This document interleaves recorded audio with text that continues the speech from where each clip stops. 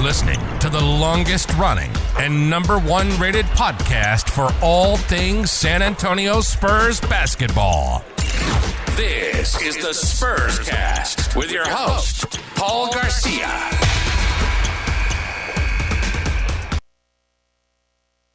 Welcome back to another Spurs episode of the Spurscast. On today's episode, I will be joined by Project Spurs writer Matthew Lerma. With training camp approaching next week, Matt and I will go through some questions sent in by fans about the lineup this season. Let's jump right into this episode. Matt, how are you doing? I'm doing great, Paul. How are you? I'm doing very well myself. This is something where we're still almost done with the offseason, where training camp is set to start on Monday for most NBA teams, September 26th. And so the other day, somebody sent me just a bunch of questions. And what I forgot I used to do is that in the offseason, I would normally ask Spurs fans to send in questions via Twitter. And then I would actually answer them on the Spurscast. And so somebody actually used an old link from like a year ago, and they sent me a bunch of questions. Like, you know what? I haven't done that this year. I just completely forgot. So anyway, I asked Spurscast Spurs fans to send in some questions. They sent me a lot. They sent me 27. And so there's a bunch of different broad categories. So we're only going to address one category today. That's questions I got about the lineup, and then also questions about this season. We're going to save trade questions for next episode, and then the following episode we'll do more future after this season questions. So before we get into these questions, Matthew, let's first talk about the team news. There really hasn't been much. We're still awaiting the signing of Jalen Adaway. The Spurs haven't signed him yet, and in order to sign him, they have to waive a player first. So again, they haven't done that just yet. So now let's jump right into these questions. There were for this episode, we're going to address 8 questions. Some of them are kind of tied together. So we'll I'll read each one, and then Matt and I will answer. So I'm going to go ahead and share these. Again, if Spurscast listeners, if you're watching these online, if you're listening, thank you for listening on your audio apps. But again, if you are watching this online, I do recommend that, because these questions, some of them are going to have some research and data in them. And so it's a little bit easier on the eyes to see that for these questions. All right, Matthew, our first question is by @theGlobalSpur. They ask, who do you think will start this year as a starting point guard? Then @RXPAT13 had a very similar question. They asked, are the Spurs going to have a starting point guard battle going into training camp, or do you see someone who is the obvious starter? So what are your thoughts there, Matthew? Who do you think is going to start at the point? Yeah, I think there is going to be a little bit of a battle. I think that without question, I think Josh Primo is going to be the starter. I think that he's ready. I think that he would have been the starter last year. We had Dejounte, but I think he would have been in the rotation a lot sooner last year if he wouldn't have just been so young. He came in at 18. But, he had a year at the G League. He had a lot of impressive games over there. He made Dyson Daniels look like an amateur. And I'm just ready to see it, man. He was sick with COVID during summer league, but he still played in that first game, and he was being a facilitator. But when it came down to the fourth quarter, he kind of just took off and threw up a bunch of points real quick. He had 20 points in the game. And it was almost in the fourth quarter when he decided that he was going to take over. So I think that he's going to be our starting point guard, but I also think Blake Wesley is going to be fighting him for it. And I think that Blake Wesley is really athletic. I think that if the Spurs do what I think, and they end up going with Primo and a Tre Jones backup, I think Wesley will be better served on the G League squad. Nothing against him. I just think that to get the reps in and to keep his game up, he should go down there or go up to Austin and give him the business. Yeah, so I agree with you there. I do think as well that it's going to be Josh Primo. I also, though, wouldn't be surprised if it ends up being Tre Jones, just because I think that for Primo, it's gonna really depend on how he plays in the training camp and also the preseason. I feel like if he's not ready, to guide the team yet in those few games that we get, those 5 games, I feel like Pop's just going to be safe at least to start the season and maybe give, Tre Jones, who's not a scoring machine, but it's a player who can set up the offense, because I think they're going to run a lot of their offense offensively through Keldon Johnson and Devin Vassell, which we'll get into a little bit later. So I think just a player who can kind of initiate the offense and get everybody where they need to go. I think that could end up being Tre Jones if again, Primo's not ready. Now, as far as the point guard battle, I agree with you completely. Normally I wouldn't think Blake Wesley has a chance here to get, a starting point guard gig or even the backup gig. But because this is a new Spurs team that we haven't seen before, a tanking team, a team that's not expected to win many games, I do wonder if they're going to go full development route now and just let these young guys, get their minutes and try to just earn their spot there. So again, I think it is a point guard battle between Josh Primo Tre Jones and Blake Wesley. But like you, I do think at the end of the day, it'll be Josh Primo and then Tre Jones as his backup and Wesley most likely ending up in the G League as well. Again, if that's the typical Pop approach. So again, we'll kind of see. So yeah, we have very similar answers there. Thank you at the Global Spur and at RXPAT13. All right, our next question, Matthew, comes from at Random NBA Fan 27. Their question is Primo going to start? So this doesn't have to be the point guard spot, but do you still agree that Primo's going to start somewhere in the lineup? Yeah, I think if not right away, I think very soon he'll be in the starting lineup. I know that the Spurs are pushing Primo into the point guard spot where I think he feels more comfortable at the 2. Mm-hmm. But we got Devin Vassell there, so we're good at 2. So we need Primo in the 1, and I think that with I don't want to get in ahead of myself, but I think that we're going to see Keldon Johnson move back to the 3 from the 4. So I think it's without a doubt Primo will be in the starting lineup. It's just a question of where, but I think it's going to be point guard for sure. Okay, I agree there too. Again, the only way I see that he doesn't start to at least for the season is if he doesn't earn that starting point guard role, and then he ends up getting moved to the bench because then I think that Devin Vassell and Keldon Johnson are taking all the minutes at the 2 and 3. So let's go to our next question here is from at Real PJ Hoops. Their question is predicted starting lineup for the season. So for those of you watching online, you can see my predicted starting lineup. What is your predicted starting lineup, Matthew?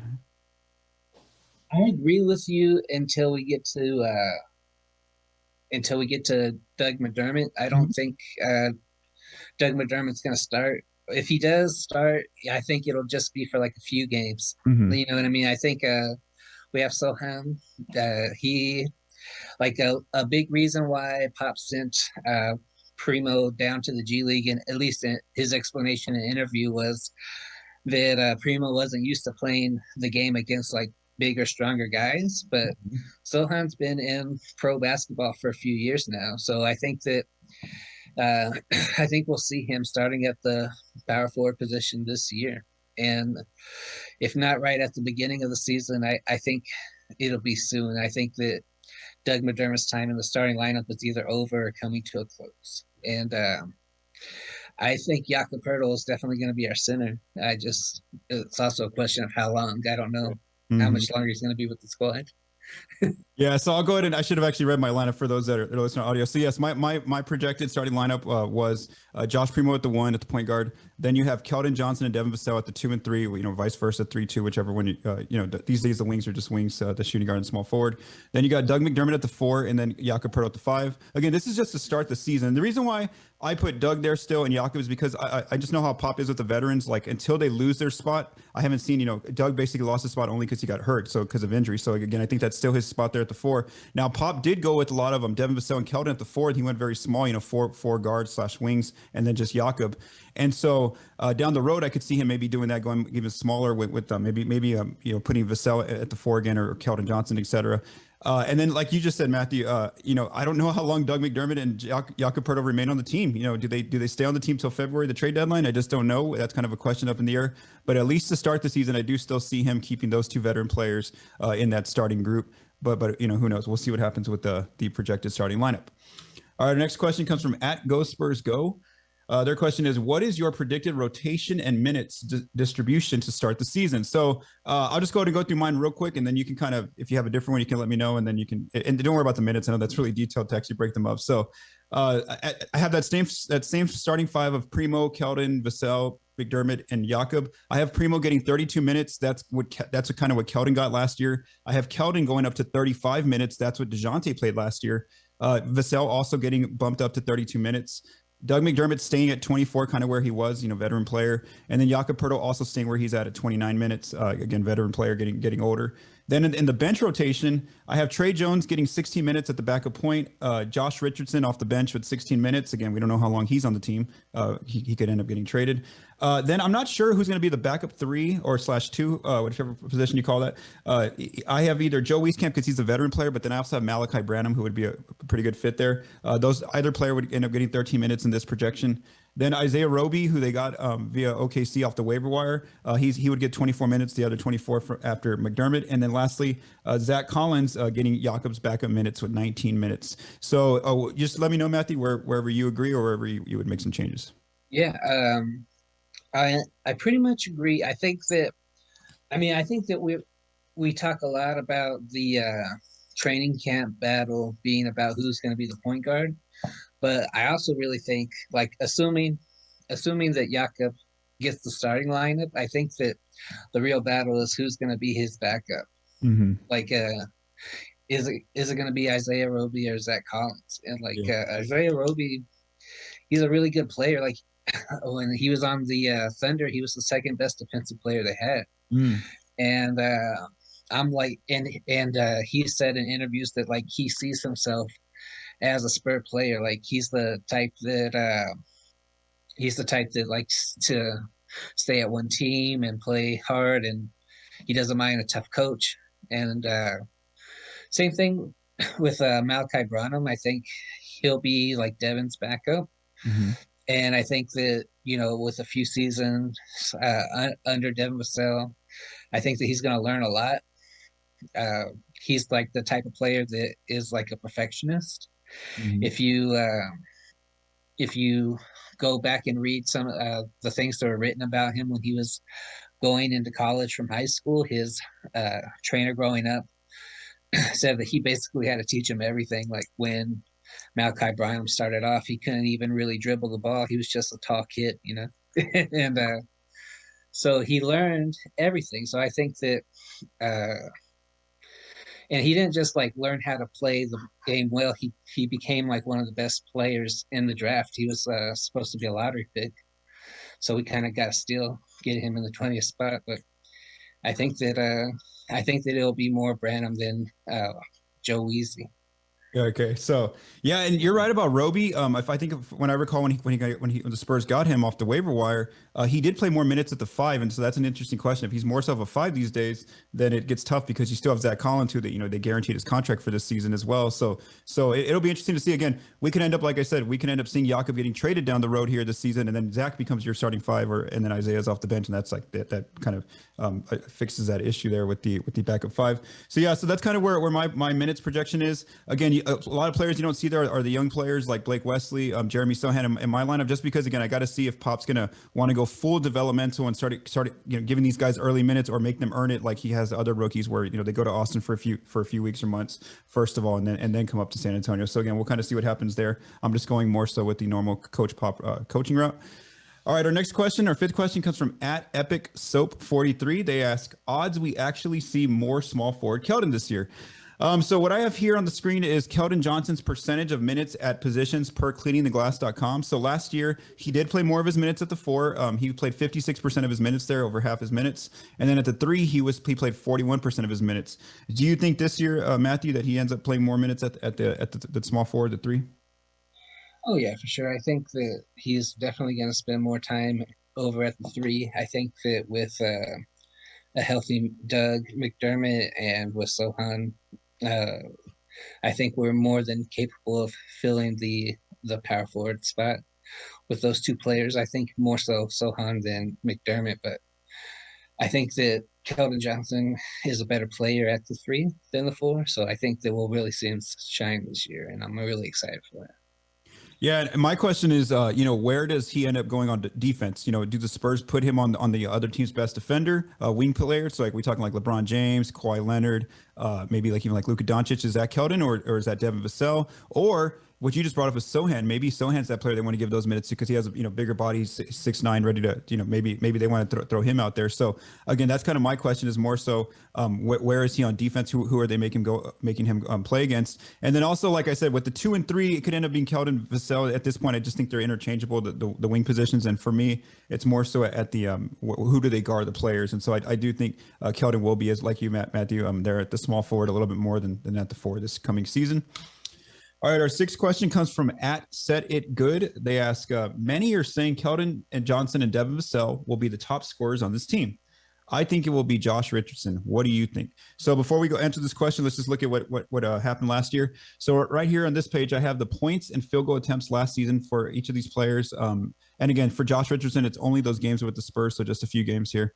And I did round the points and the field goal attempts. So last year, Keldon Johnson, he averaged 17 points per game on 14 shot attempts.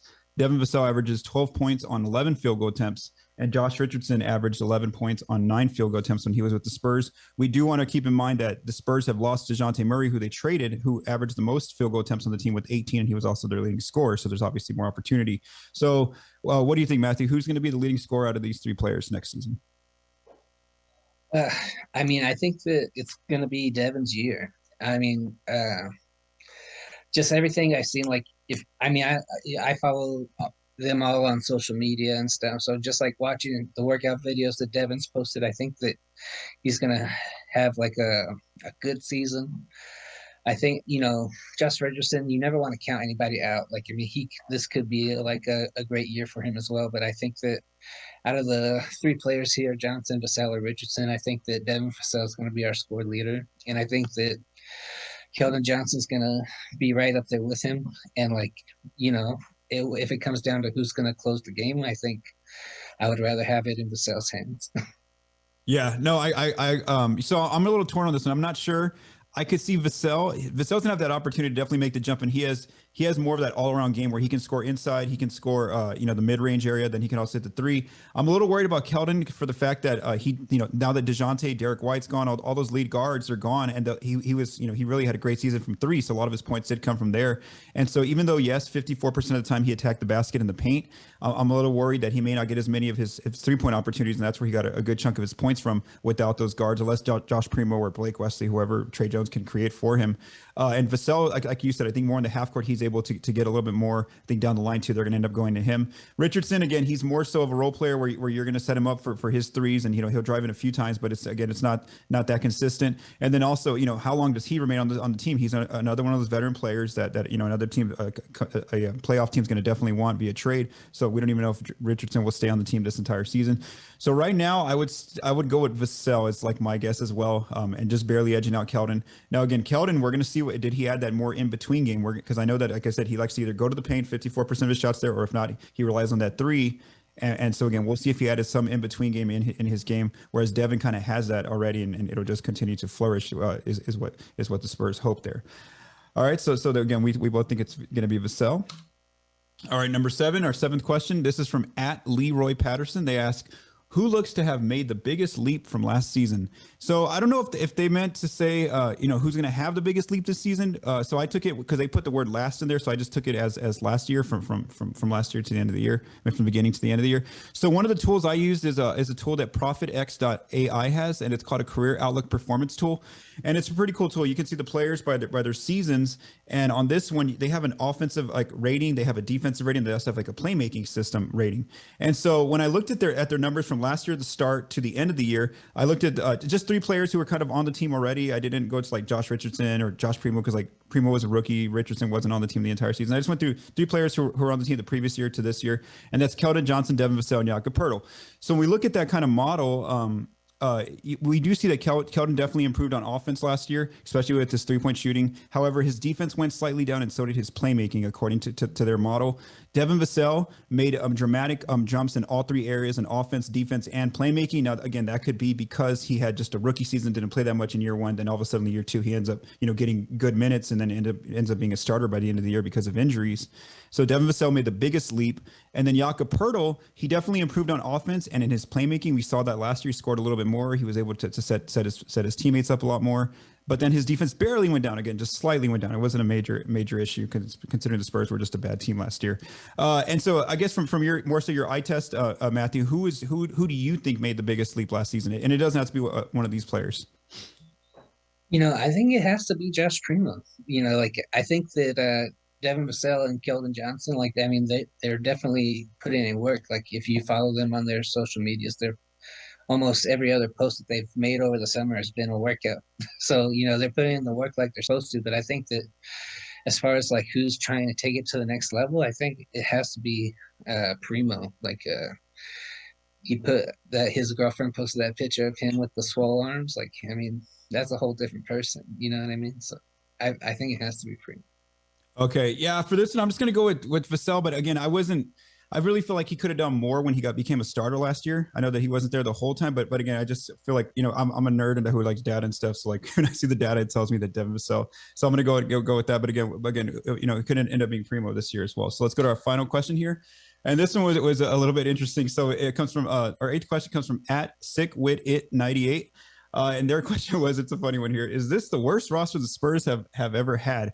So I will admit that back in the 90s, I was a little kid, so I wasn't watching a lot of Spurs basketball, detailed and analytical type like I do today.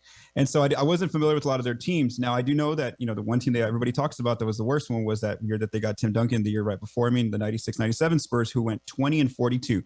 So what I've done was I've gone through and put this year's roster. I've also put their points per game from last season. Some players won't have points because they were in college. And then I've put the 96-97 Spurs roster in players who only appeared in 63 or more games because, again, they deal with a lot of injuries that year, and that's why they ended up being a terrible team who ended up getting Tim Duncan, though, the following year. So let's go ahead and look at this year's roster. And I'm not going to go through all the points for these players, except for the players who average double figures. We have Keldon Johnson returning 17 points per game, Jakob Poeltl 14 points per game, Devin Vassell 12 points per game, Josh Richardson, 11 points per game. Doug McDermott, 11 points per game. Isaiah Roby with OKC, 10 points per game. Then we have Zach Collins, Tre Jones, Josh Primo, Gorgie Jang, Romeo Langford, Joe Wieskamp, and then the 3 rookies, Sohan, Malachi Branham, and Blake Wesley. I didn't list some players who are on non-guaranteed deals or on training camp deals like Keita Bates-Diop or Tommy Kuzi, because, again, I don't know how long they're going to be on the team for this coming season.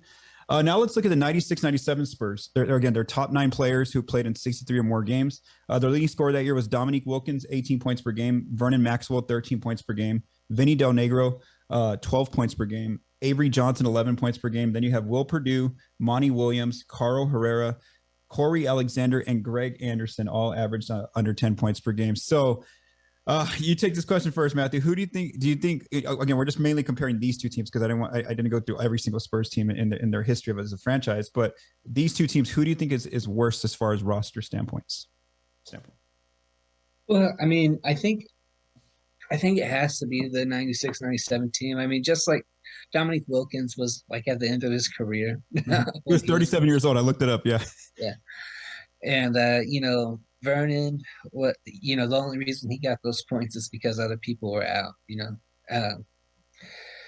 I feel like the team we have this year, they might not win the most games, and hopefully like they don't win that much, for lottery implications. But I think that they're gonna play as hard as they can, and they might not win very much, and that's fine because it took Dave Robinson 10 years to get his first championship.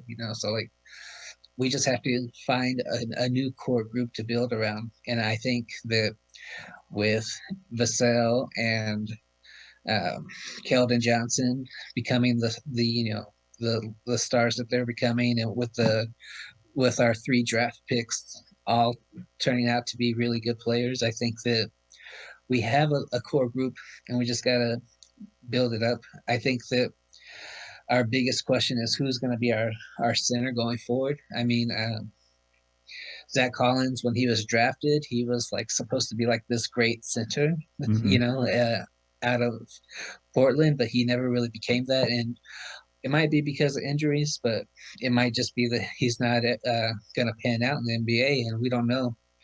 So he's coming into training camp healthy, and hopefully he'll stay healthy this season, and we can see what he's all about finally, But I think that this team has a lot of potential, and even if they lose more games than the 96-97 roster, I still think that this is better because we're still building up. Like a lot of the players here were in the middle or at the end of their careers.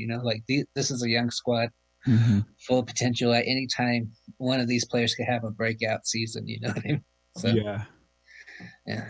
I completely agree there. And again, it's more so because of where we're looking at this, this 96-7. And I do want to say the record. Actually, I said it wrong. It was 20-62. I said 20-42, I think. Anyway, we're seeing the end result of that 96-97 team. Whereas this team that we're about to watch, we don't know their results. So we haven't seen their end result. And again, there's a lot of players who have who can really just go to another level. And again, that's like Keldon, that's like Devin, Vassell, maybe. Then there's those 3 rookies that we don't even know. Maybe they can end up, just based on what I saw of Blake Wesley at training camp, they give him some minutes. That guy can put up 20 points, pretty quickly. So again, they have those 3 rookies that we don't know what they're going to turn into. So because of that, I am going to agree with you. And I'm going to say that the 96-97 Spurs are still worse than the roster that the Spurs currently have. And so again, we'll see what kind of record this team puts together this coming season. Are they at least going to get to 20 wins? Well, I don't know. Do they surprise some people? Maybe get like 23, 25. We just don't know. Again, we'll see here as these games play out. And so again, we both agree that probably that 96-97 Spurs team was still worse, even with the team that they put together. But like you said, if you're the Spurs, you kind of want this team to not be as good, just because you want them to have their best chance of getting that number 1 pick with the Victor Wembanyama. I think that the Spurs this season are going to be better than people think. I don't really see them coming in last, but I still think that we'll be in lottery talk, so yeah. Well, I don't know. We have a lot of picks, so it just becomes a question if we want to trade up for number 1 or 2, or if we want to just get the best players at the positions we have, so. Yeah, no, I know. And really all they got to do with this year compared to like back then in 96-97 is all they got to do is finish top 3 worst. They don't have to be, the worst record. So out there, yeah. So the lottery odds are all the same now. It's like about 15% for the last 3 worst records. All right. So thanks. Before we close up this episode, don't forget to visit projectspurs.com. Benjamin Bornstein he just wrote recently about the best college basketball non-conference games of 2022. He did part 1 and part 2 in a series. So you can check that out right now on Project Spurs. Thanks to Matthew for joining me today on the Spurscast, and thank you all for taking the time to listen to our episode today. As always, I want to say thank you to Joe Garcia for mixing and producing this episode. From all of us at Project Spurs, stay safe and have a great day.